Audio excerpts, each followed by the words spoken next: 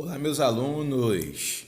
Aqui é o professor Emerson e eu vim fazer a correção do nosso quinto simulado. Espero que você tenha se saído bem. Vamos ao nosso simulado, né? Aqui eu coloquei para vocês quatro questões e vamos a elas. Primeiro temos as questões da professora Camila e aí depois chegam as minhas questões baseadas aqui no texto Piscina, né? Texto que inclusive eu li, a gente trabalhou em sala de aula, eu fiz a rápida interpretação dele, vocês já tiveram acesso a este texto antes da avaliação, né? Pois bem, é o texto do Fernando Sabino. Observe as alternativas e diga qual delas melhor corrobora com a crônica Piscina. A primeira coisa que você tem que saber é o significado da palavra corroborar, não é? Corroborar é a mesma coisa que concordar, que ir na mesma linha. Bom, na letra A gente tem uma imagem que poderia se traduzir pela palavra injustiça, tendo em vista que uma pessoa magérrima está sendo sustentáculo para uma pessoa extremamente obesa. E se vocês observarem direitinho, essa pessoa obesa tem na sua mão a balança, né, que é o símbolo da justiça. Mas o que a gente entende é que existe aqui nesta imagem uma tremenda injustiça, tá? Mas, embora tenhamos aqui algo que nos lembre o texto, não é a imagem que mais concorda com o texto. Aqui é a ideia de injustiça.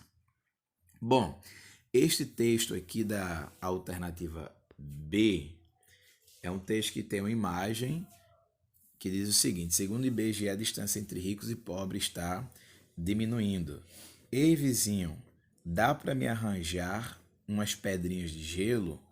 Então veja que é um pobre que está extremamente perto daquele vizinho que está tomando alguma coisa no seu, na sua cobertura, não sei o que e tal, e há uma proximidade muito grande entre ele e o seu vizinho, de modo que há como ele, por exemplo, se comunicar com o seu vizinho.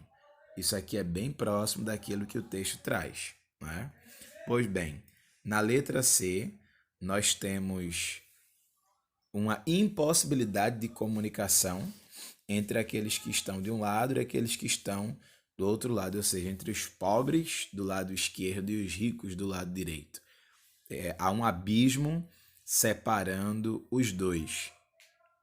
Na letra D, nós também temos de alguma forma proximidade entre pobres e ricos, mas é uma proximidade isolada, né? No meio há um muro alto com arame farpado e não sei o quê, de modo que não há possibilidade de comunicação ou interação entre os que estão de um lado e do outro. E na letra E, nós temos duas imagens quebradas, duas imagens partidas, que mostram de um lado a pobreza extrema e do outro lado a riqueza extrema. No entanto, são regiões que não estão próximas umas das outras. Então, a imagem que melhor corrobora com a ideia do texto, assemelhando-se àquilo que o texto traz, é essa daqui, a alternativa B de bola.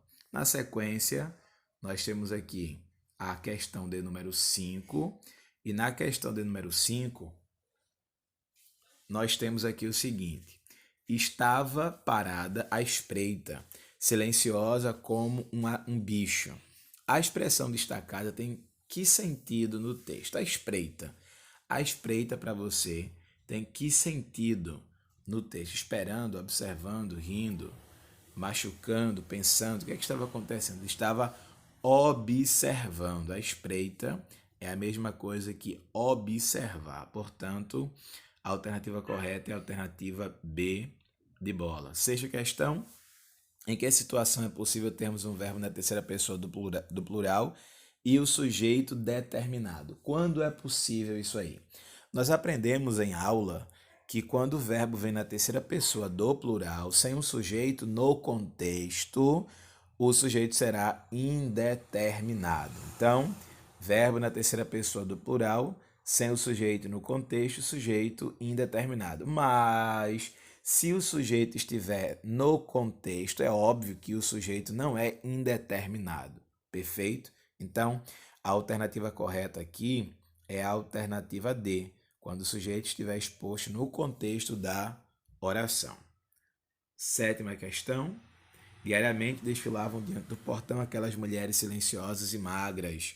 Considerando o trecho retirado do texto, podemos concluir que, bom, diariamente desfilavam diante do portão aquelas mulheres silenciosas e magras.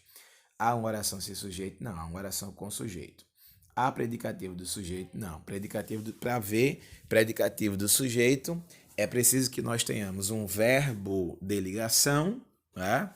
E depois um adjetivo. Não é isso que acontece na oração, no texto aqui. Letra D.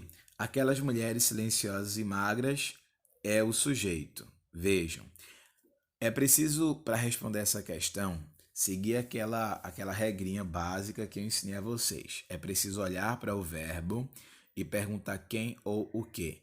E a resposta a esta pergunta será exatamente o sujeito da oração.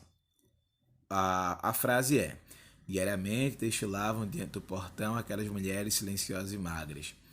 A pergunta que deve ser feita é quem desfilavam diariamente diante do portão?